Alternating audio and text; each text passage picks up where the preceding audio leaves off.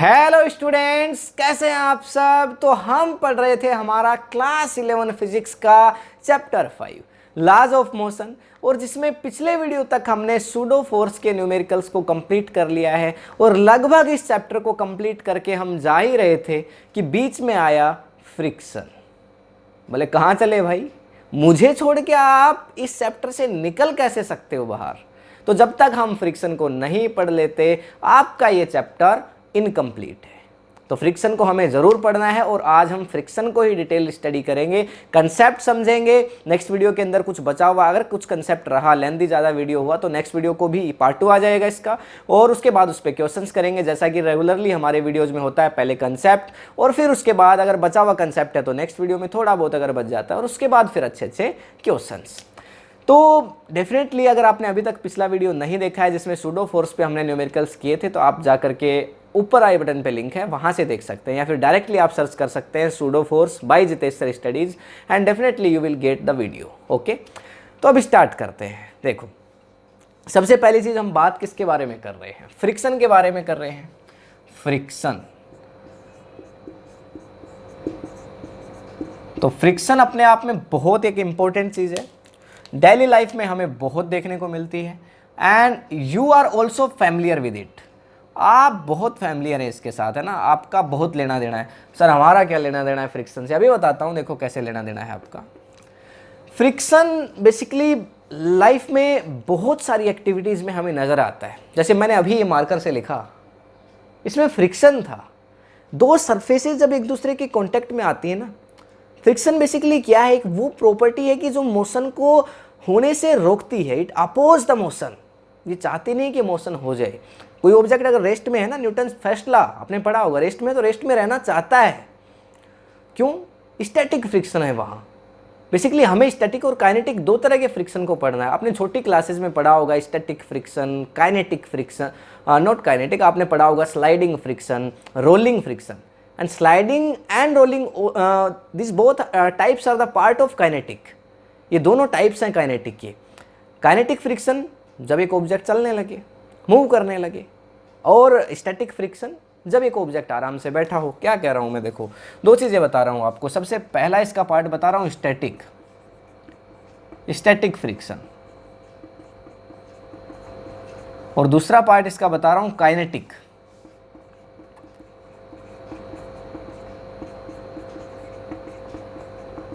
Kinetic friction, है ना।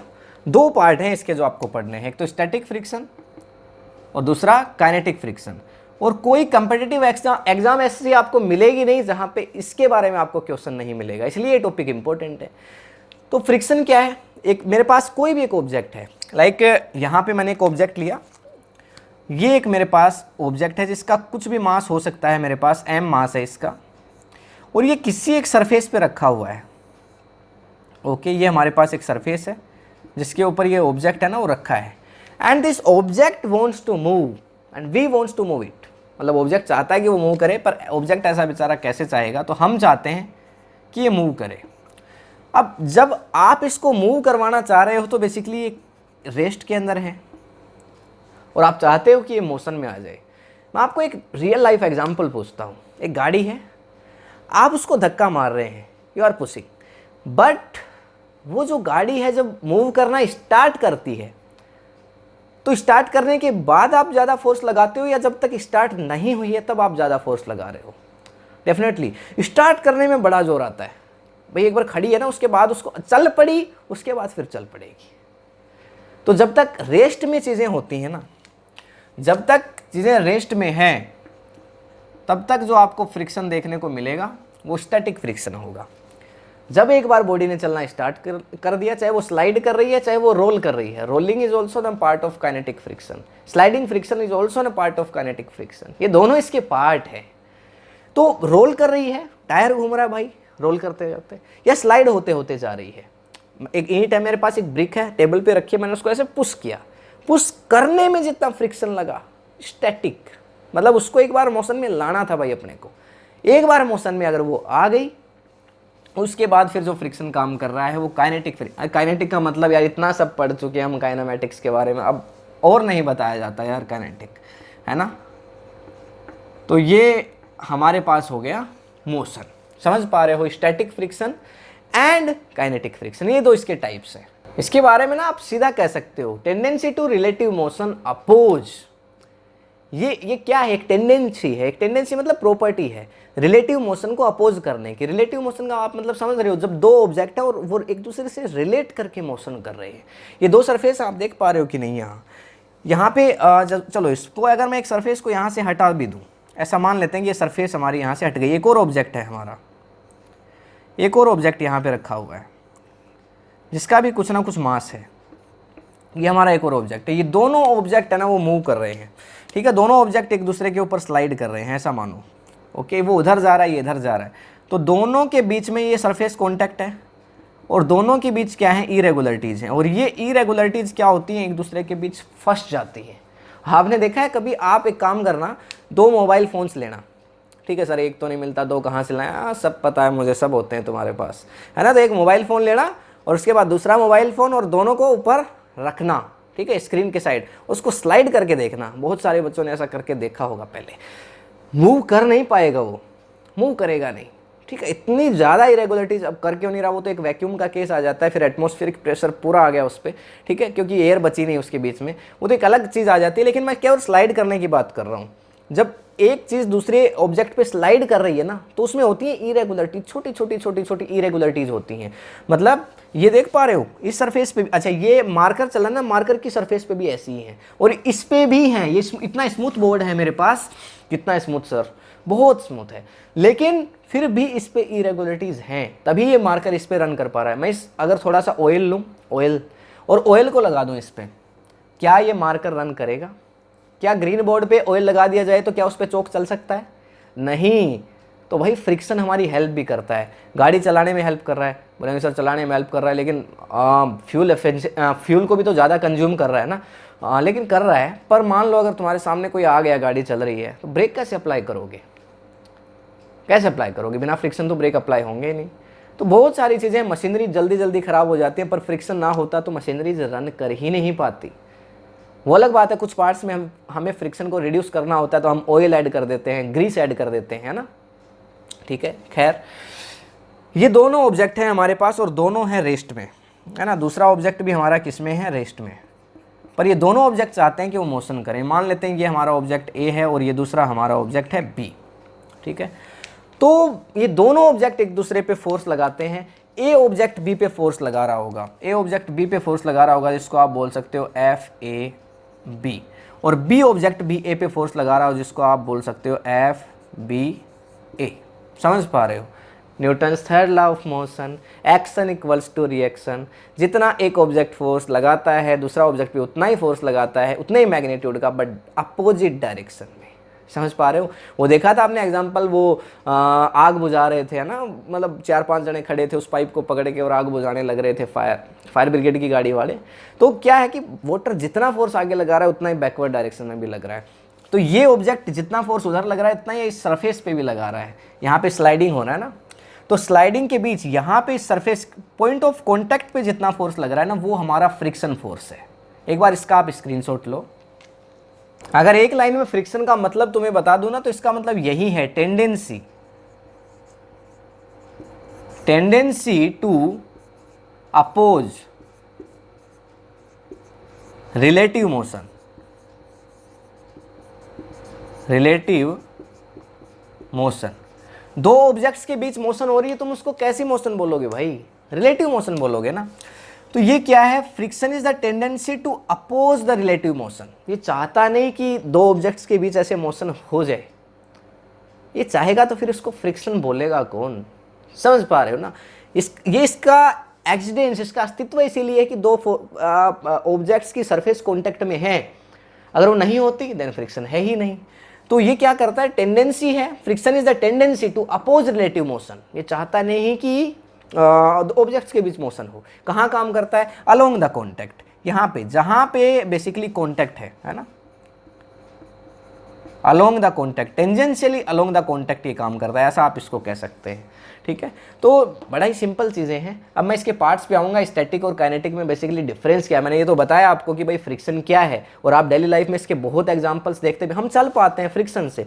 अगर आप देखो, अगर हमारे पैरों के और फ्लोर के बीच फ्रिक्शन ना हो, आप ऐसी जगह पे चल के दिखाओ ना जहाँ पे ऑयल बिखरा हुआ हो बहुत ज़्यादा, क्या होगा आप भी जानते हो, है ना। ऐसी फ्लोर है हमारे पास जिसपे पानी इकट्ठा हुआ है बहुत ज़्यादा, ऐसी फ्लोर पे आप चल के दिखाओ क्या होगा, आप जानते हैं। तो ऐसी चीज़ें जहाँ पे फ्रिक्शन है ही नहीं, फ्रिक्शन लेस सरफेस पे कोई मूव कर सकता है क्या, नहीं कर सकते। तो फ्रिक्शन का हमारे लिए बेनिफिट्स भी हैं, इसके डिसएडवांटेज भी हैं, डेफिनेटली सही बात है। लेकिन इसके टाइप्स के बारे में हम बात करेंगे, स्टैटिक और काइनेटिक। स्टैटिक वैसे मैंने आपको बताया, जब ऑब्जेक्ट रेस्ट पे पड़ा हुआ है, आप चाहते हैं कि मूव हो, तब जो फ्रिक्शन फोर्स अपोज में जो फोर्स लग रहा है वो, है ना। तो इसका स्क्रीनशॉट ले लो एक बार। और यहाँ पे जो मैंने देखो ये कैपिटल एफ किया ना, सॉरी इसको स्मॉल कर लेना, स्मॉल एफ है ना, स्मॉल एफ बी ए, स्मॉल एफ बी ए, ये फ्रिक्शन को स्मॉल एफ से इंडिकेट किया जाता है ना, तो इसलिए स्मॉल बता रहा हूँ। तो इसको आप स्मॉल कर लेना। ये फ्रिक्शन फोर्स लग रहा है ना, बेसिकली फोर्स तो ठीक है एफ, लेकिन इसने जो इस पे फ्रिक्शन फोर्स लगाया और इसने इस पे लगाया, वो चीज़ की बात हो रही है ना। अब दोनों के अंदर देखो डिफरेंस देखते हैं। फ्रिक्शन का पहला टाइप क्या है भाई, स्टैटिक फ्रिक्शन, दूसरा क्या है, काइनेटिक फ्रिक्शन। हमें दोनों के बीच डिफरेंस देखना है ना। देखो सबसे पहली चीज ये क्या है, if any object wants to move, wants relative motion, relative motion को अपोज करने वाली प्रॉपर्टी क्या है, फ्रिक्शन है। ये तो बात आपको पता है। तो अगर यहां पे कोई ऑब्जेक्ट क्या चाहता है, ऑब्जेक्ट वांट्स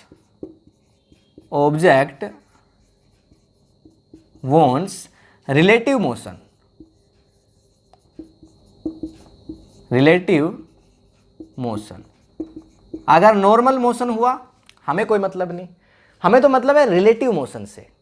तो अगर रिलेटिव मोशन कोई ऑब्जेक्ट चाहता है तो उस टाइम पे जो फ्रिक्शन फोर्स काम करेगा, ऑब्जेक्ट वांट्स रिलेटिव मोशन। ठीक है, इसका मतलब अभी जो ऑब्जेक्ट है वो कैसा है, अभी ऑब्जेक्ट है ना वो रेस्ट में है। इज दिस क्लियर और नॉट, ये बात आपको क्लियर होनी चाहिए कि भाई ऑब्जेक्ट अभी रेस्ट में है and object wants relative motion. अगर ऑब्जेक्ट को आप चाहते हो मूव करवाना, अब जो फ्रिक्शन आपको लगाना पड़ेगा, मैंने बताया ये बहुत ज़्यादा है, समझ गए ना। ये एक बार शुरू में अगर आप चाहते हो स्टार्ट करना चाहते हो एक ऑब्जेक्ट को, तो आपको ज़्यादा लगाना पड़ेगा फोर्स ऑफ फ्रिक्शन, ये मान के चलना आप। अच्छा, काइनेटिक फ्रिक्शन क्या है, object is already in relative motion. अगर आपका ऑब्जेक्ट है वो कैसा है, इसमें भी पहला पॉइंट डाल देता हूँ। ठीक है, नॉर्मली अगर आप नोट्स बनाना चाहते हैं तो बना सकते हैं ना। तो अगर यहाँ पे ऑब्जेक्ट कैसा है, if object is in relative motion,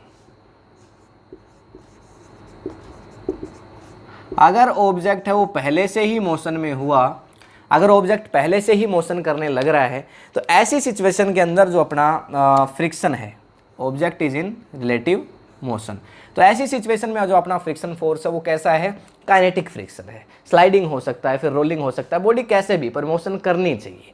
ठीक है, इसका मतलब आप क्या कह सकते हो भाई, बॉडी है वो ऑलरेडी कैसी है, बॉडी है वो ऑलरेडी है मोशन के अंदर। इसमें सबसे बड़ी बात ये बॉडी यहाँ पे रेस्ट में है, इसमें सबसे बड़ी बात बॉडी है वो मोशन के अंदर है। ठीक है, दूसरा पॉइंट अगर मैं यहाँ पे राइट डाउन करता हूँ, सेकेंड पॉइंट, तो यहाँ पे क्या हो सकता है। अच्छा, इसको डिनोट किससे करते हैं, इसको डिनोट किया जाता है एफ एस, है ना, स्टैटिक फ्रिक्शन उसको एफ एस से, इसको डिनोट किया जाता है एफ एस, है ना।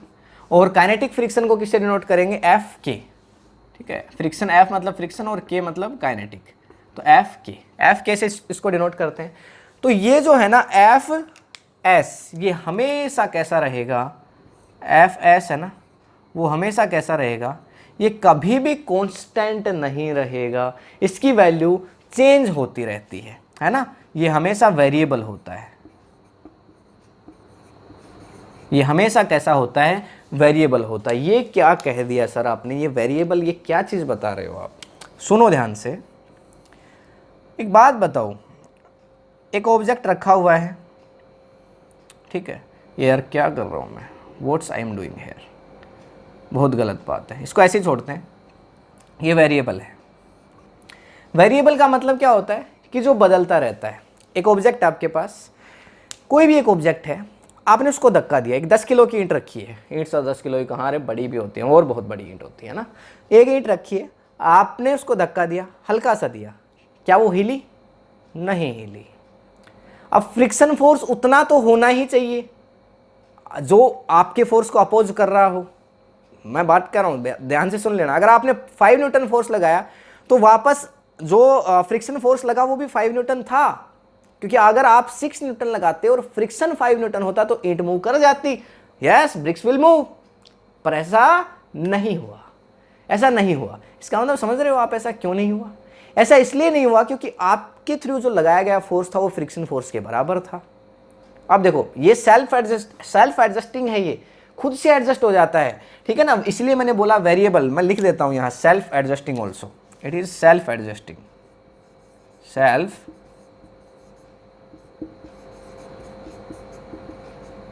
It is self adjusting also. ये खुद से एडजस्ट हो जाता है, ये बड़ी बात है, ध्यान रखना। अच्छा, आपने 10 न्यूटन फोर्स लगाया, ईंट अब भी नहीं हिली, तो 10 न्यूटन लगा होगा उधर से भी।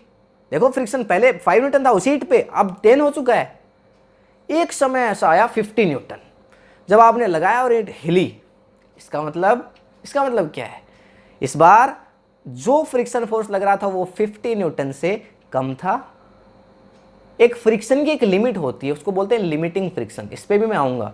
एक लास्ट वो फ्रिक्शन फोर्स जो जिसके बाद अगर आप और ज्यादा फोर्स अप्लाई कर दो, उस ईंट के केस में मैं क्या कह रहा हूं, अगर आपने 50 न्यूटन लगा दिया, अगर 49 तक लगा रहे थे ईंट नहीं हिल रही थी, ये लिमिटिंग फोर्स है, लिमिटिंग फ्रिक्शन है। आपने 50 लगाया, ईंट हिली। समझ पा रहे हो ना? तो ये खुद से एडजस्ट हो जाता है। मतलब आपने उससे नीचे आपने चाहे 48 लगाया तो इक्वल 48, 49 लगाया तब भी उधर से फ्रिक्शन 49 लग रहा होगा, तभी तो ईंट नहीं हिली। अच्छा, आप बोलेंगे सर ज्यादा लग रहा होता तो 50, ईंट तो उधर भाग जाती। भाई इधर आपने फोर्स लगाया नहीं ली तो वापस उधर भाग सकती थी ना ईंट, अगर ज्यादा फ्रिक्शन फोर्स होता तो। पर ऐसा नहीं है, ये सेल्फ एडजस्टिंग है, ठीक है ना। आप समझे होगे इस कंसेप्ट को। दूसरा मैं क्या बोल रहा हूं, जो काइनेटिक फ्रिक्शन है, ध्यान से समझ लेना इन सभी चीजों को, फिर हम क्वेश्चंस करने ही वाले हैं इस पे। काइनेटिक फ्रिक्शन जो है ना, काइनेटिक फ्रिक्शन हमेशा कैसा होता है? ये हमेशा होता है कांस्टेंट। इसकी वैल्यू कभी भी मोशन पे डिपेंड नहीं करती है। मैं यहां पे लिख दूंगा आपके लिए, it does not depend on the motion, ठीक है। स्पीड पे भी डिपेंड नहीं करती। Not affected by speed. Speed से भी अफेक्ट नहीं होता। आप ऑब्जेक्ट की स्पीड को एक बार चल पड़ा ना ऑब्जेक्ट, उसके बाद जो फ्रिक्शन लग रहा है वो सेम रहेगा। वो अगर सरफेस सेम है तो सरफेस ही बदल दिया सर, फिर तो बदलेगा भाई। तो नॉट अफेक्टेड बाय स्पीड। एक बार तुमने ऑब्जेक्ट को स्टार्ट किया, जितना फ्रिक्शन था ठीक है, लिमिटिंग फ्रिक्शन से जब तुम ऊपर आ गए, लिमिटिंग फ्रिक्शन से जैसे तुम ऊपर आए, इसका मतलब ऑब्जेक्ट ने चलना स्टार्ट किया। अब वो फ्रिक्शन जो लग रहा है मोशन के टाइम पे उस सरफेस पे, वो बदलता नहीं है। तुम चाहो तो उस ऑब्जेक्ट को 100 की स्पीड पे ले जाओ, तुम चाहो तो 50 पे ले आओ, तुम चाहो तो 10 पे ले आओ, चाहे तुम चाहो तो धीरे धीरे लेके जाओ, कोई खास फर्क नहीं पड़ेगा। जो फ्रिक्शन है वो उतना ही रहेगा, ये कांस्टेंट है। काइनेटिक फ्रिक्शन है वो कांस्टेंट रहता है, पर स्टैटिक फ्रिक्शन सेल्फ एडजस्टिंग है। ये बात आपको क्लियर हुई। अब इसके बाद मैं नेक्स्ट पॉइंट की तरफ बढ़ता हूं कि इसका फॉर्मूला बड़ा ही इंपॉर्टेंट है, जो आपको याद रखना चाहिए। थर्ड पॉइंट हमारा क्या है कि इसका फॉर्मूला। स्टैटिक फ्रिक्शन है ना, वो कम से कम कितना हो सकता है, सुन लेना ध्यान से। स्टैटिक फ्रिक्शन, अच्छा पहले उसके लिए बताऊंगा मैं आपको, उसके बाद फिर इधर आएंगे। जो काइनेटिक फ्रिक्शन है ना, उसका फॉर्मूला क्या होता है कि kinetic friction is directly proportional to the normal force. ये बात है, kinetic friction is directly proportional to the normal force. Okay, जो काइनेटिक फ्रिक्शन है ना वो डायरेक्टली प्रोपोर्शनल है नॉर्मल फोर्स के, नॉर्मल फोर्स के डायरेक्टली प्रोपोर्शनल है। नॉर्मल फोर्स आप जानते हो? अरे यार सब भूल जाते हो, तुम्हें सबका सब दोबारा बताना पड़ता है। देखो यहाँ पे देखो, ये एक ऑब्जेक्ट है, ये अगर जिस सरफेस के कांटेक्ट में है तो इस ऑब्जेक्ट के ऊपर यहाँ से ये सरफेस कौन सा फोर्स लगा रही है, नॉर्मल, और ये ऑब्जेक्ट भी सरफेस पे कौन सा फोर्स लगा रहा है, नॉर्मल। अरे यार ये कांटेक्ट फोर्स है। जब दो सरफेसेज एक दूसरे के कांटेक्ट में होती हैं तो कौन सा फोर्स लगता है, नॉर्मल फोर्स लगता है। ध्यान रखो इस बात को ना। तो ये नॉर्मल फोर्स के डायरेक्टली प्रोपोर्शनल है, और जैसे ही प्रोपोर्शनलिटी साइन हटता है एक प्रोपोर्शनलिटी कांस्टेंट जरूर आता है, ठीक है। तो यहाँ पे हमने हटाया इसको, तो हमारे पास ये काइनेटिक फ्रिक्शन है वो इक्वल हो गया, इक्वल किसके, म्यू के एंड इंटू एन, ठीक है, म्यू के एंड इंटू एन। एन तो नॉर्मल फोर्स है यहाँ पे, एन तो नॉर्मल फोर्स है। ये म्यू के क्या है, म्यू के क्या है आपका coefficient of kinetic force, coefficient of kinetic force है ना। इसको कहाँ पे लिखें हम, चलो आप ध्यान रख लेना, यूके का मतलब कोएफिशिएंट, म्यू के है ना, म्यू के तो कोएफिशिएंट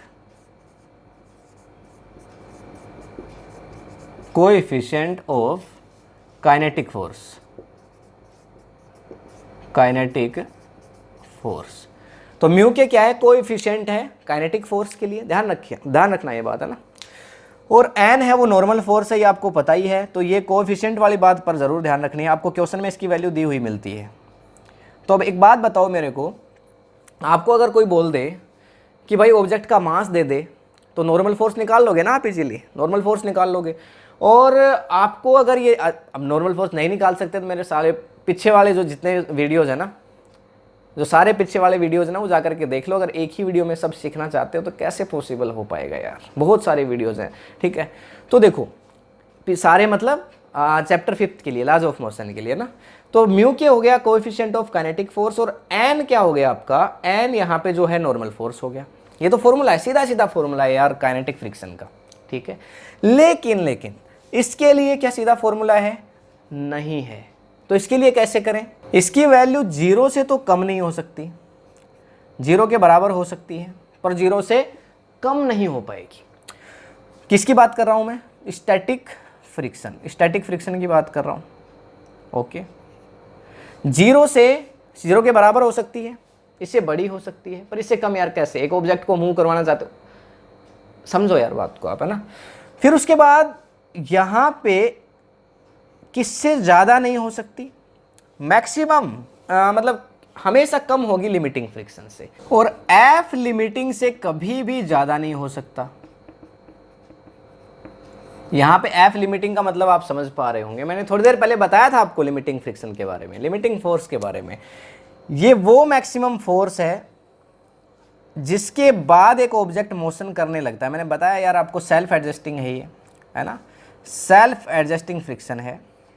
तो ये ज़्यादा से ज़्यादा कितना हो सकता है, ज़्यादा से ज़्यादा लिमिटिंग फोर्स जितना है ना उतना हो सकता है, उससे ज़्यादा नहीं हो सकता। ये बात ध्यान रहेगी आपको। इसका मतलब आप समझ लो, एक ऑब्जेक्ट रखा हुआ है, मैंने 5 न्यूटन फोर्स लगाया, मूव नहीं हुआ, इसका मतलब उधर से भी 5 लग गया। अगर 6 लग जाता तो इधर मूव हो जाता, अगर फ्रिक्शन फोर्स ज़्यादा लग गया होता तो इधर मूव हो जाता, पर नहीं हुआ, किधर भी मूव नहीं हुआ, अभी भी रेस्ट में है। मैंने 6 लगाया तो उधर से भी 6 लगा होगा, सेल्फ एडजस्टिंग है भाई, अपने आप एडजस्ट होता रहता है, ठीक है। मैंने 10 न्यूटन लगाया, अभी भी उतना ही है। अगर उसके लिमिटिंग फोर्स की वैल्यू मान लो 20 है, मैंने 19 अगर लगाया तो 19 पे भी उधर से 19 लगेगा, तब तक ये अपने आप को एडजस्ट करेगा। पर मैक्सिमम एफ लिमिटिंग, अब लिमिट पार हो गई भाई। 20 मैंने फोर्स लगाया, ठीक है, पर 21 लगाया अगर, अब क्या होगा, ऑब्जेक्ट को मूव करना पड़ेगा, क्योंकि उधर से 21 नहीं आ सकता, क्योंकि लिमिटिंग फोर्स से हमेशा कम मिलेगा स्टैटिक फ्रिक्शन, क्योंकि स्टैटिक फ्रिक्शन लिमिटिंग फोर्स से ज़्यादा नहीं हो सकता। अब ऑब्जेक्ट को मूव करना पड़ेगा, जब ऑब्जेक्ट मूव करने लगा फिर ये फ्रिक्शन का रोल खत्म। अब फ्रिक्शन जो शुरू हो गया वो है काइनेटिक फ्रिक्शन, और काइनेटिक फ्रिक्शन तो कांस्टेंट है, कितनी भी स्पीड बढ़ा दो तुम ऑब्जेक्ट की, कम कर दो स्पीड को, लेकिन वो फ्रिक्शन कांस्टेंट रहेगा, वो वैल्यू सेम रहेगी। ये बात ध्यान रखना। तो इसके लिए मैंने आपको ये बताया, साथ में इसको फाइंड आउट कैसे करोगे, ठीक है। ये फाइंड आउट कैसे करेंगे इसके बारे में मैं राइट डाउन कर सकता हूँ फॉर्मूला, लेकिन यहाँ पे देखो, चलो राइट डाउन कर देता हूँ। सबसे पहली चीज़ इसके लिए क्या होता है कि लिमिटिंग फोर्स की बात आपको बता रहा हूँ कि लिमिटिंग फोर्स कैसे निकालते हैं। अगर ये आ गया तो इसकी वैल्यू तो कोई फिक्स है ही नहीं भाई, वैल्यू फिक्स वैल्यू कैसे निकालोगे, ये बीच में होगी, 0 से लेकर के और लिमिटिंग फोर्स तक कितनी भी हो सकती है। ये डिपेंड करता है कि आप उस पर फोर्स कितना लगा रहे हो, उधर से फोर्स कितना लग रहा है, तब ये डिपेंड करेगा कि भाई स्टैटिक फ्रिक्शन कितना लगा। आपने 10 लगाया, उधर से 10 लगा, अगर आपको ये पता चल जाए आप कितना फोर्स लगा रहे हो, फिर ऑब्जेक्ट मूव हुआ कि नहीं हुआ, समझ पा रहे हो ना, तब आपको इसकी वैल्यू पता चल सकती है, अदरवाइज तो नहीं। पर इसकी वैल्यू के लिए फॉर्मूला मैं अभी आपको बताऊंगा, पहले मैं इसको रफ करूंगा। ये डिफरेंसेस को आप एक बार स्क्रीनशॉट लो यहाँ से, फिर मैं काइनेटिक फ्रिक्शन के ऊपर न्यूमेरिकल्स करूंगा, फिर मैं स्टैटिक फ्रिक्शन की बात करूंगा आपके सामने, स्क्रीनशॉट लो। सो हमारा क्वेश्चन है, देखो, find friction force and acceleration of the block. ये हमारा क्वेश्चन है। एक ब्लॉक आपके सामने फिगर में आपको नजर आ रहा है जिसका मास 5 kg है। आपने 10 न्यूटन फोर्स लगाया हुआ है उधर इस ब्लॉक को खींचने के लिए। Friction force oppose to relative motion. भाई रिलेटिव मोशन इस सरफेस के साथ हुई, तो इसका मतलब यहाँ पे इस सरफेस से एक फोर्स लगेगा इधर, और यहाँ पे जो फोर्स लगेगा उसको आप क्या बोलोगे? Frictional force. और कौन सा? काइनेटिक, क्योंकि यहाँ पे देखो वैल्यू किसकी दी हुई है हमें, यहाँ पे coefficient of kinetic friction mu के बताया था आपको, उसकी वैल्यू दी हुई है। सबसे पहले इसका फॉर्मूला बताओ। काइनेटिक फ्रिक्शन का फॉर्मूला हमारे पास होता है म्यू के और इनटू में एन, ठीक है। एन नॉर्मल फोर्स आपको निकालना पड़ेगा। और नॉर्मल फोर्स कौन सा फोर्स है मुझे बता दो एक बार। ये फॉर्मूला मैंने आपको बताया था, बड़ा ही इंपॉर्टेंट है, ध्यान रख लेना, ठीक है। बड़ा इजी सा क्वेश्चन करवा रहा हूँ एक इस पे अभी। एक सरफेस है वो 5 kg ब्लॉक पे नॉर्मल फोर्स ऊपर की तरफ लगा रही होगी, क्योंकि ये ब्लॉक ऊपर की तरफ है, मतलब कॉन्टेक्ट में है यार सरफेस के। अच्छा, इस मास के वेट के बराबर फोर्स नीचे ग्रेविटी भी इस पे लगा रही होगी, डेफिनेट सी बात है। तो मैं एक बार इसका FBD बना रहा हूँ, है ना। FBD का मतलब आप सभी जानते ही हैं, FBD मतलब फ्री बॉडी डायग्राम, जिसमें हम मास को एक पॉइंट ऑब्जेक्ट मानते हैं। तो ये हमारा मास हो गया 5 kg, और उसके बाद हम क्या करते हैं कि इस पे जितने भी फोर्स लग रहे हैं उन सभी को एक बार हम चेक करते हैं कि भाई कौन कौन सा फोर्स। तो ऊपर की तरफ इस पे नॉर्मल फोर्स लग रहा है, ठीक है। अब आप बोलोगे कि सर ये ऑब्जेक्ट भी तो इस पे सरफेस पे नॉर्मल फोर्स लगा रहा होगा। हाँ लगा रहा होगा, पर हमें कोई मतलब नहीं। क्यों मतलब नहीं सर? अरे हम बात उसी की करते हैं, उस पॉइंट की, उस ऑब्जेक्ट की करते हैं जिसके ऊपर फोर्स लग रहा है। तो इस पे लग रहा होगा। अच्छा, इस पे एक फोर्स ग्रेविटी लगा रही है, ये mg के बराबर होगा। mg, m मतलब मास इसका 5 है, तो ये 5g कर दूं क्या? 5, ये 5g के बराबर होगा, डेफिनेटली बात है ना। तो यहाँ पे एक बात बताओ, F इक्वल्स टू एम में भूल तो नहीं गए? According to Newton second law, according to Newton second law क्या होता है? F इक्वल्स टू एम में। तो टोटल फोर्स इस पे कितने लग रहे हैं, रखें उसको। एक फोर्स इस डायरेक्शन में लग रहा है ना, ये रहा 10 न्यूटन, जो क्वेश्चन में अपने को दे के रखा है ना। इस डायरेक्शन में कोई फोर्स नहीं लग रहा, इस डायरेक्शन में लग रहा है, पर कितना लग रहा है? कितना लग रहा है? वो तो फ्रिक्शन फोर्स है, वो हमें कहाँ पता है? वो तो हमें निकालना है ना, वो तो निकालना पड़ेगा। लेकिन पहले बात करते हैं इसकी। और जितना इधर फोर्स होगा, अगर मोशन हुई है, फाइंड फ्रिक्शन, मान लेते हैं कि इसकी मोशन हुई है, ठीक है ना, ऑब्जेक्ट ने मूव किया है, तो इस तभी तो हमारा जो फ्रिक्शन है वो कौन सा हुआ? मतलब यार फ्रिक्शन कौन सा हुआ? फ्रिक्शन काइनेटिक फ्रिक्शन हुआ ना। अगर नहीं तो स्टैटिक ही हो जाता, मोशन ऑब्जेक्ट नहीं करता। तो ये मोशन में है, ये ऑब्जेक्ट कैसा है? ये ऑब्जेक्ट है ना वो सर मोशन में है, ध्यान रखो, मोशन हुआ है। तो अब एक बात बताओ यार, ये 5g, अच्छा नॉर्मल फोर्स किसके बराबर होगा? भाई ना तो ये ऑब्जेक्ट ऊपर जा रहा है ना ऑब्जेक्ट नीचे जा रहा है, इधर मूव करे चाहे, हमें कोई मतलब नहीं। तो ऊपर वाला फोर्स और नीचे वाला फोर्स दोनों एक दूसरे के बराबर होंगे। तो क्या यहाँ से मैं राइट डाउन कर सकता हूँ normal force equals to 5g, normal force equals to 5g। यहाँ से हो जाएगा। g की वैल्यू मान लेते हैं 10, क्वेश्चन में 9.8 होती है वैसे, 9.8 मीटर पर सेकेंड स्क्वायर, पर तुम मान लो 10। तो नॉर्मल फोर्स हमारे पास कितना हो गया? 50 न्यूटन। नॉर्मल फोर्स की वैल्यू हमारे पास आ गई कितनी? 50 न्यूटन, ठीक है। अच्छा, अब बात यह है हमारा ये, अरे यार अब बचा क्या है इस क्वेश्चन में? कुछ बचा ही नहीं है, कुछ है ही नहीं, अब क्या करें हम, है ना। तो देखो यहाँ पे एक्सेलरेशन भी चाहो तो हम निकाल सकते हैं। एक्सेलरेशन कहाँ से आ जाएगा? F इक्वल्स टू एम में से आ जाएगा। F इक्वल्स टू एम में होता है। अच्छा, यहाँ पे रख दो फिर। टोटल फोर्सेज कितने वर्क कर रहे हैं? एक्सेलरेशन कौन सी डायरेक्शन में है? पहले तो ये देखो, एक्सेलरेशन इस डायरेक्शन में है ना, बट ज़्यादा फोर्स इधर लग रहा है, तो एक्सेलरेशन तो सीधी सी बात है, इसका एक्सेलरेशन अगर a मान ले तो इस डायरेक्शन में ही होगा। इधर कितना लग रहा है पता नहीं, लेकिन मोशन इधर हो रहा है ये हमें पता है। अच्छा देखो, ये निकालो पहले, इसका जो काइनेटिक फ्रिक्शन है वो निकालो कितना है। तो यहाँ पे मैं राइट डाउन कर सकता हूँ, इसके लिए ये फॉर्मूला लगाऊंगा। So kinetic friction equals to, इसकी वैल्यू हमारे पास क्वेश्चन में है 0.1, और नॉर्मल फोर्स हमने अभी अभी निकाला 50 न्यूटन। सो इंटू 50, तो यहाँ पे इसको पॉइंट को हटा के अपॉन में 10 रख सकते हैं, 0 से 0 कैंसिल आउट हो जाएगा। यहाँ पे क्या बचेगा? 5 न्यूटन। काइनेटिक फ्रिक्शन 5 न्यूटन है, मतलब इस डायरेक्शन में जो फोर्स लग रहा है वो कितना है? 5 न्यूटन। तभी तो मोशन हो रही है, तभी तो मोशन हो रही है। अगर ये 10 होता तो मोशन होती नहीं, 11 होता तब भी मोशन नहीं होती। ठीक, मोशन हो तो रही है, तो इसलिए 5 न्यूटन फोर्स है। ये तो निकल गया हमारे पास काइनेटिक फ्रिक्शन कितना है, ये तो आ गया।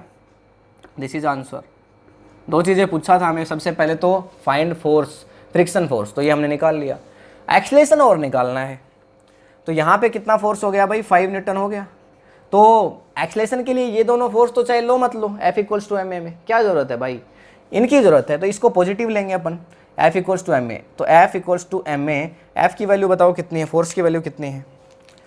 तो एक फोर्स तो यहाँ पॉजिटिव डायरेक्शन में है तो हो जाएगा +10, और ये नेगेटिव डायरेक्शन में तो हो जाएगा -5, और इक्वल्स टू क्या हो जाएगा, मास, इसका मास है हमारे पास 5, और इनटू में एक्सलेशन जो कि हमें निकालना है, जो कि हमें पता नहीं है ना।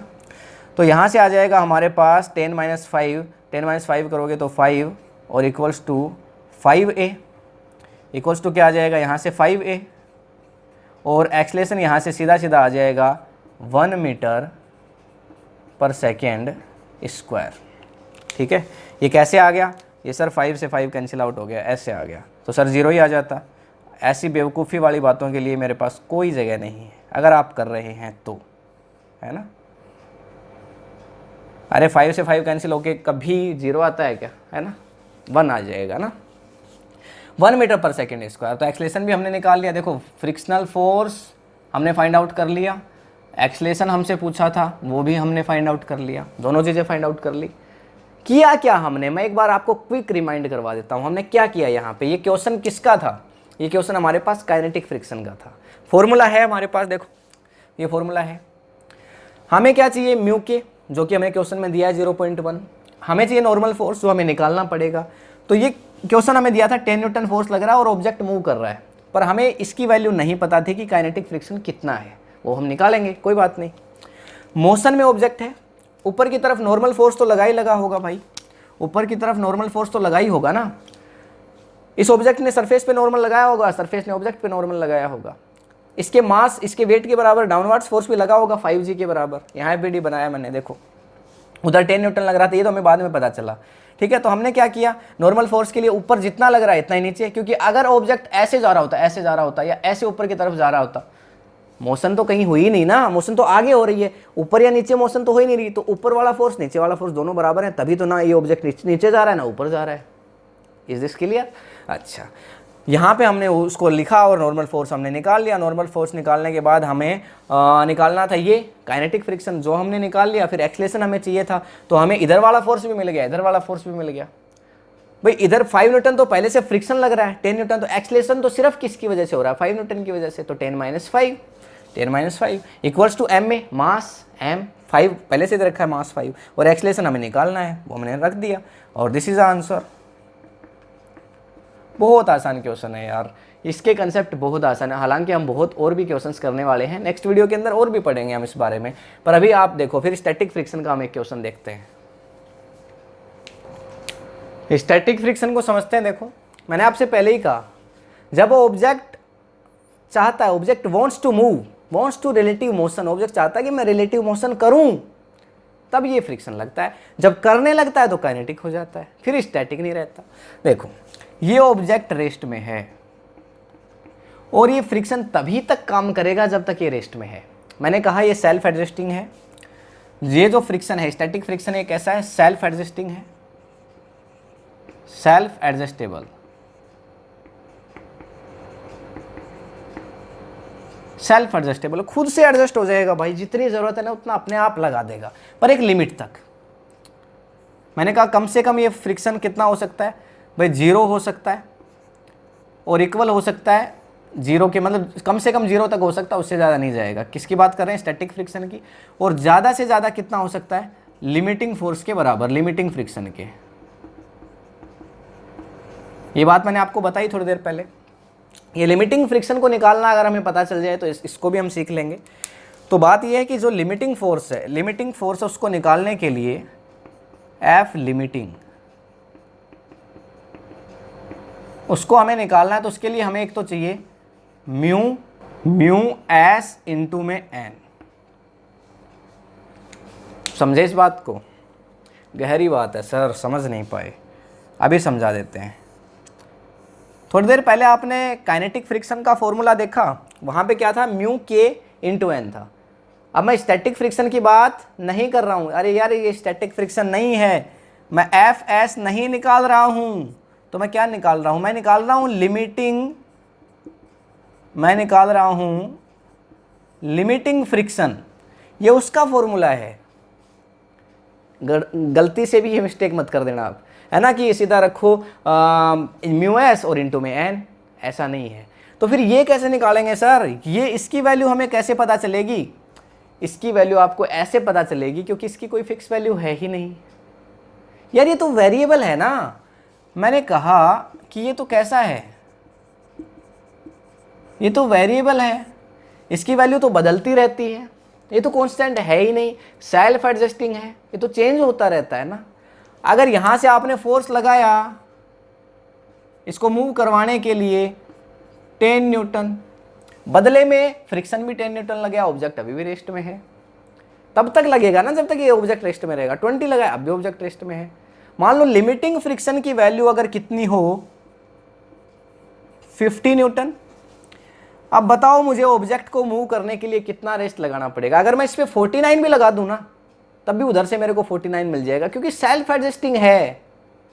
अगर 50 लगा दूं, 50 के बराबर तक भी हो सकता है, 50 तक भी उधर से मेरे को 50 फोर्स मिलेगा। ये लो, मूव हुआ ही नहीं। लेकिन अगर मैंने फोर्स लगाया 51, अब बताओ क्या हुआ? अब जो मेरा स्टैटिक फ्रिक्शन है वो ज्यादा से ज्यादा क्या हो सकता है, मतलब कम से लिमिटिंग फ्रिक्शन से हमेशा कम ही हो सकता है, ज्यादा नहीं होगा, या उसके बराबर हो सकता है। जैसे ही 51 लगाया ना भाई, लिमिटिंग फोर्स की वैल्यू क्रॉस हो गई। अब लिमिटिंग फोर्स मेरा कुछ नहीं कर सकता, मेरा जो स्टैटिक फ्रिक्शन है वो कुछ नहीं कर सकता। अब ऑब्जेक्ट रेस्ट से जाएगा मोशन में, कोई रोक ही नहीं सकता। तब तक ये रोक रहा था, ये खुद एडजस्ट हो जा रहा था। मैंने थोड़ा सा फोर्स लगाया 5 न्यूटन पे, उधर से भी 5 लगवा दिया। मैंने जैसे 10 लगाया, उधर से भी 10 लगा दिया। ये लो, सेल्फ एडजस्टिंग है। लेकिन कहाँ तक? लिमिटिंग तक। लिमिटिंग अगर 50 था तो तुम लिमिटिंग निकाल लो, तो तुम्हें ये पता चल जाएगा कि ज़्यादा से ज़्यादा जो फोर्स है, जो यार मैं क्या, स्टैटिक फ्रिक्शन है, ज़्यादा से ज़्यादा स्टैटिक फ्रिक्शन कितना है? अगर आप लिमिटिंग फोर्स को, लिमिटिंग फ्रिक्शन को आप निकाल लेते हो तो आपको ये पता चल जाएगा कि ज़्यादा से ज़्यादा स्टैटिक फ्रिक्शन कितना है, क्योंकि या तो ये इसके बराबर है या फिर इससे कम है, इससे ज़्यादा तो है नहीं। इसी तरह से इसकी वैल्यू को फाइंड आउट करते हैं। तो आप ये फॉर्मूला ध्यान में रखें, ये फॉर्मूला है वो बहुत इंपॉर्टेंट फॉर्मूला है। और ध्यान रहिए, स्टैटिक फ्रिक्शन का फॉर्मूला नहीं है क्योंकि इसकी हमें ज़रूरत नहीं है, ये वेरिएबल है, ये चेंज होता रहता है। हाँ, एफ लिमिटिंग का फॉर्मूला है जिसकी हमें ज़रूरत है क्योंकि इस पर ये डिपेंड करता है। ठीक है, इतना आप स्क्रीनशॉट लो, फिर मैं एक एग्जाम्पल से आपको समझा देता हूँ ये बात। अच्छा, म्यू एस क्या है? देखो यहाँ लिख देता हूँ। म्यू एस क्या है? कोएफिशिएंट ऑफ, तब काइनेटिक फ्रिक्शन लिखा था, अब स्टैटिक लिख दो। इसकी वैल्यू भी मिल जाती है क्वेश्चन में, स्टैटिक फ्रिक्शन। अच्छा, दूसरा एन है। एन तो आपको पता ही है यार, नॉर्मल फोर्स। एन क्या है? Normal force. और ये एफ लिमिटिंग क्या है वो तो आपको पता ही है, limiting friction, coefficient of static friction, और ये है नॉर्मल फोर्स। ये दो ही चीज़ें हैं जो आपको चाहिए निकालने के लिए, लिमिटिंग फ्रिक्शन, फिर उससे ज़्यादा ये होगा नहीं, है ना। स्क्रीनशॉट लो। देखो हमारा क्वेश्चन है, find friction force and acceleration if body have, if object है, आप ऐसा कह सकते हो ना। ये हमारे पास एक ऑब्जेक्ट दिया है जिसका मास है वो 5 kg है और इस पर फोर्स हम लगा रहे हैं उधर 2 न्यूटन। अगर इसका एक्सेलरेशन कब होगा बताओ? अगर ये ऑब्जेक्ट चलना स्टार्ट कर दे तभी होगा। अच्छा, तो इसका एफबीडी बनाते हैं सबसे पहले। तो इसका एफबीडी, अच्छा ये सरफेस, इसके ऊपर एक ऊपर की तरफ कौन सा फोर्स लगा रही होगी? Normal force. नीचे की तरफ इस पर एक फोर्स लगी रहा होगा, इसके मास इंटू ग्रेविटेशन यानी 5g के बराबर, और उधर लग रहा है 2 न्यूटन। ये एफबीडी हो गया एक तरह से, और हमें कुछ बनाने की ज़रूरत है ही नहीं, है ना। तो इसके ऊपर बात यह है कि बैकवर्ड डायरेक्शन में यहाँ सरफेस की वजह से जो फ्रिक्शन फोर्स लग रहा होगा ना, Fs, वो हमें निकालना है। बॉडी मूव कब करेगी? बॉडी मूव कब करेगी ये बताओ? बॉडी कब मूव कर सकती है? देखो यहाँ पे क्या कह रहा हूँ मैं, a body can move, a body can move if static friction, static, important बात है आप ध्यान से सुन लेना, a body can move if static friction is, static friction को तो छोड़ो, अप्लाइड फोर्स है ना, a body can move if applied force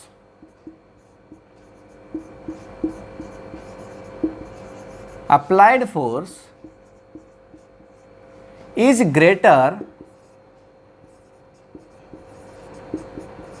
greater from limiting friction, limiting friction, अच्छा limiting friction greater of limiting friction, या फिर मैं इसको क्या कह सकता हूं, और बाय लिमिटिंग फ्रिक्शन ग्रेट के बराबर क्या होता है, मैक्सिमम, और by maximum static force, static friction. ये बहुत सही बात कही मैंने, ठीक है। एक बात, क्या एक बॉडी कब मूव करेगी, ये body can move if applied force is greater, अगर आपने जो फोर्स अप्लाई किया है ना वो ज़्यादा है, वो फोर्स बड़ा है, किससे, from limiting friction, limiting friction से, सीधी बात है भाई। ज़्यादा से ज़्यादा स्टैटिक फ्रिक्शन क्या है, कब है, स्टैटिक फ्रिक्शन है क्या, जो रोकता है एक बॉडी को मूव होने से।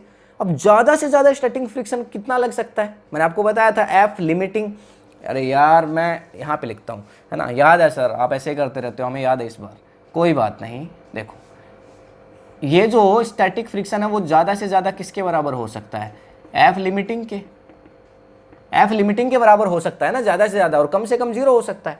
तो लिमिटिंग फ्रिक्शन जितना है, अगर उससे ज़्यादा आप फोर्स लगा दो, या फिर आप बोल दो बाई मैक्सिमम स्टैटिक फोर्स कितना हो सकता है, लिमिटिंग फोर्स के बराबर, लिमिटिंग फ्रिक्शन के बराबर, उससे ज़्यादा अगर आप फोर्स लगा दो तो बॉडी मूव कर जाएगी।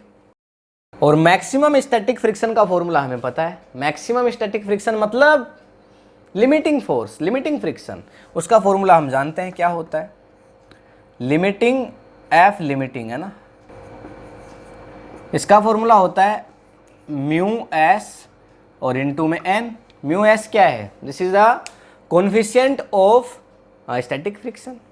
रख दो इसकी वैल्यू रखो फटाफट। यहाँ पे इसकी वैल्यू हमारे पास क्वेश्चन में नहीं है क्या यार, मान लेते हैं चलो 0.1, ऐसा क्वेश्चन में बोल रहा है 0.1। नॉर्मल फोर्स की वैल्यू कितनी है, निकालनी पड़ेगी सर, है नहीं। नॉर्मल फोर्स की वैल्यू निकालो फटाफट। कैसे निकालोगे, देखो यहाँ पे एन है, ये एफ बी डी मान लो एक तरह से ऊपर और नीचे, ना तो ये ऊपर जा रहा है ऑब्जेक्ट ना नीचे जा रहा है, तो नॉर्मल फोर्स इस नीचे वाले फोर्स के बराबर होगा। भाई दोनों फोर्स बराबर हैं तभी तो इक्विलिब्रियम कंडीशन में है, समझ पा रहे हो। ऐसे तो मूव नहीं कर रहा ना, अगर ये फोर्स कॉर्नर से लगता तो मूव करता, उसके बारे में ऐसे क्वेश्चंस नेक्स्ट वीडियो में हम करेंगे। देखो यहाँ पे हम लगा सकते हैं नॉर्मल फोर्स बराबर है किसके, 5g के, और 5 और g की वैल्यू 10 ले सकते हैं। तो यहाँ पे जो हमारे पास नॉर्मल फोर्स की वैल्यू आ जाएगी वो कितनी आ जाएगी, 50 न्यूटन। ठीक है, इसमें कोई दिक्कत नहीं, 50 न्यूटन। तो इसका मतलब इस साइड में जो फ्रिक्शन फोर्स लग रहा है वो कितना है, स्टैटिक फ्रिक्शन लग रहा है वो 50 न्यूटन है, 50 न्यूटन है, और उधर लग रहा है 2 न्यूटन। क्या ऐसा हो सकता है, ये स्टैटिक फ्रिक्शन नहीं है, सॉरी मैंने गलती से लिखा, ये नॉर्मल फोर्स है यार। ये कितना है, ये तो नॉर्मल फोर्स है ना, ऐसा नहीं है, क्योंकि यार इधर 2 है तो इधर 2 ही होगा, तभी तो ऑब्जेक्ट रेस्ट में रुका हुआ है, समझो इस बात को। अच्छा एफ लिमिटिंग निकालते हैं पहले। 0.1 इंटू में नॉर्मल फोर्स की वैल्यू कितनी है, 50 है, तो ये मैंने लिखा 50। और यहाँ पे आप क्या इसको बाई 10 लिख सकते हो, इस पॉइंट को हटा के, 0 से 0 कैंसिल आउट। तो बताओ एफ लिमिटिंग कितना आ गया आपके पास, 5 न्यूटन। एफ लिमिटिंग कितना आ गया, 5 न्यूटन। मैक्सिमम फ्रिक्शन कितना लग सकता है, फ्रिक्शन ना एडजस्ट तो हो सकता है, फ्रिक्शनल स्टैटिक फ्रिक्शन एडजस्ट तो हो सकता है, ये सेल्फ एडजस्टिंग है, मैंने कहाँ लिखा, पिछले वाली स्लाइड में था। तो अब स्मार्ट बोर्ड तो है नहीं यार, यहाँ से मैं मूव करूँ और वो हमारे पास आ जाए पीछे वाला, ऐसा तो है नहीं हमारे पास। देखो स्टैटिक फ्रिक्शन कितना है, मैक्सिमम ये 5 न्यूटन हो सकता है, आपको ये बात क्लियर है? हमने फोर्स लगाया 2 न्यूटन, तो क्या पॉसिबिलिटीज़ हैं 2 न्यूटन फोर्स की वजह से, 2 न्यूटन फोर्स की वजह से ये ऑब्जेक्ट मूव हो जाए? बिल्कुल भी नहीं है। तो आप क्या कर दो, ये जो स्टैटिक फ्रिक्शन है ये भी कितना है, 2 न्यूटन है। ये तो सर हम बिना बताए ही बता देते, मतलब कि स्टैटिक फ्रिक्शन कितना लग रहा है। ठीक है, आप बता सकते थे, पर मैंने आपको पूछा मैक्सिमम स्टैटिक फ्रिक्शन कितना लग सकता है, बताओ। अब क्या करोगे? अब तो लिमिटिंग फ्रिक्शन निकालोगे, क्योंकि उसके बराबर हो सकता है ज़्यादा से ज़्यादा, तो ये 5 न्यूटन है। कोई पूछे ना इस क्वेश्चन में मैक्सिमम स्टैटिक फ्रिक्शन, लग तो 2 न्यूटन ही रहा है, तभी ऑब्जेक्ट रेस्ट में है। अगर आप चाहते हो ये ऑब्जेक्ट रेस्ट से मूव करने लगे, एक्सेलेरेशन तो होगा ही नहीं, एक्सेलेरेशन है ही नहीं ना। अगर मूव करने लगे तो आप यहाँ पे 6 न्यूटन फोर्स लगा दो, 7 लगा दो, 8 लगा दो, 10 लगा दो, 20 लगा दो। उसके बाद जो फ्रिक्शन होगा वो कौन सा हो जाएगा? आपका काइनेटिक फ्रिक्शन हो जाएगा। तो ये हमारा आंसर हो गया मैक्सिमम के लिए। यही हमारा मैक्सिमम जो स्टैटिक फ्रिक्शन है वो है, और लिमिटिंग फ्रिक्शन है वो भी है ना। तो स्क्रीनशॉट लो आप। तो ये था हमारा आज का वीडियो, जिसके अंदर हमने सीखा स्टैटिक फ्रिक्शन और काइनेटिक फ्रिक्शन, और फ्रिक्शन क्या होता है इसको हमने समझा। अब नेक्स्ट वीडियो के अंदर मैं आपको स्टैटिक फ्रिक्शन और काइनेटिक फ्रिक्शन के बारे में ग्राफ बताऊंगा, कुछ फैक्टर्स बताऊंगा जो रिस्पॉन्सिबल हैं, और साथ में हम कुछ बढ़िया बढ़िया क्वेश्चंस करेंगे नेक्स्ट वीडियो में। तो इसी का फ्रिक्शन के लिए ही पार्ट 2 होगा, जो हमारा नेक्स्ट वीडियो होगा। ये पार्ट 1 है फ्रिक्शन का, वो फ्रिक्शन का पार्ट 2 होगा। तो वो जब वीडियो आएगा तो डेफिनेटली आपके पास नोटिफिकेशन आ जाए। इसके लिए आप बेल आइकन को ज़रूर प्रेस कर लें। अगर ये वीडियो आपको पसंद आया, आपने कुछ नया यहाँ से सीखा, कंसेप्ट आपका क्लियर हुआ, तो इस वीडियो पे लाइक करें, अपने फ्रेंड्स के साथ इस वीडियो को शेयर करें। बाकी मिलते हैं नेक्स्ट वीडियो में, तब तक के लिए thank you, have a nice day.